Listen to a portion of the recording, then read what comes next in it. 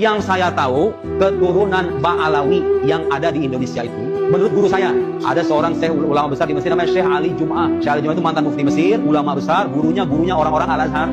Beliau bilang, nasab mereka itu, nasab Ba'alawi yang sekarang biasa ada Habib-Habib itu, nasabnya diakui dengan ijma ulama. Dan saya selama di Arab, ibu boleh cek deh yang pernah ke Arab, mau Libanon, mau Suriah, mau Saudi, mau Mesir, mau Sudan, itu nggak pernah ada bu perdebatan soal nasab ini nih. Cuma ada di Indonesia doang. Aneh saya juga. Terus orang kok percaya gitu loh? Ngapain percaya? Itu orang di sana, di Yordan ada, di Mesir ada namanya Naqobatul Ashraf. Jadi lembaga yang mendata keturunan Nabi dari semua jalur.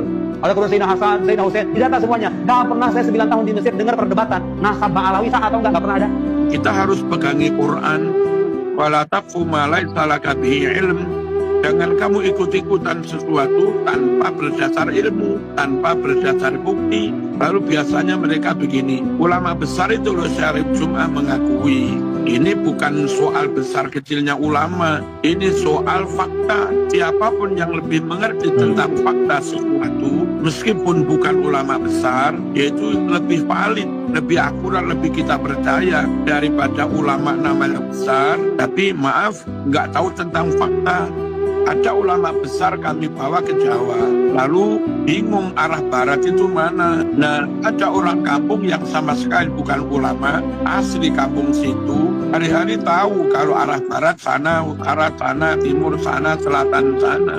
Sementara ulama besar dari Mesir itu mengatakan, oh barat sana, beda. Tentu yang kami percaya, karena menyangkut fakta, ya siapa yang lebih tahu tentang fakta meskipun bukan ulama besar, itu yang kami percaya.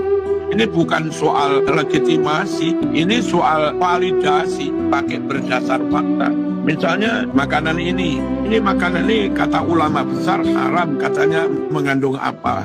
Tapi ada guru kimia SMP coba ngetes ini di laboratorium, dihancurkan, di blender, diberi cairan kimia untuk memisahkan semua unsurnya.